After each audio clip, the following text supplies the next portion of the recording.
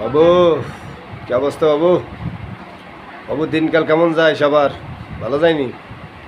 এই যে হালে তো মুই তো চিন্তা করছিলাম, এ হালে তো আমার স্বপ্নটা পূরণ হইল না। এই যে 26 তারিখে বলি শুনছিলাম যে টাহা টুহা আইব।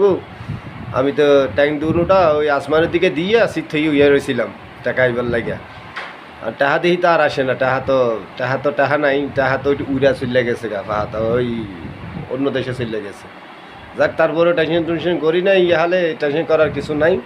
তারপরেও আছি মোটামুটি টেনশন মুক্ত। তো এখন যে যারা যে এত শব্দ দেখছিলা, এই শব্দগুলো কই গেছে?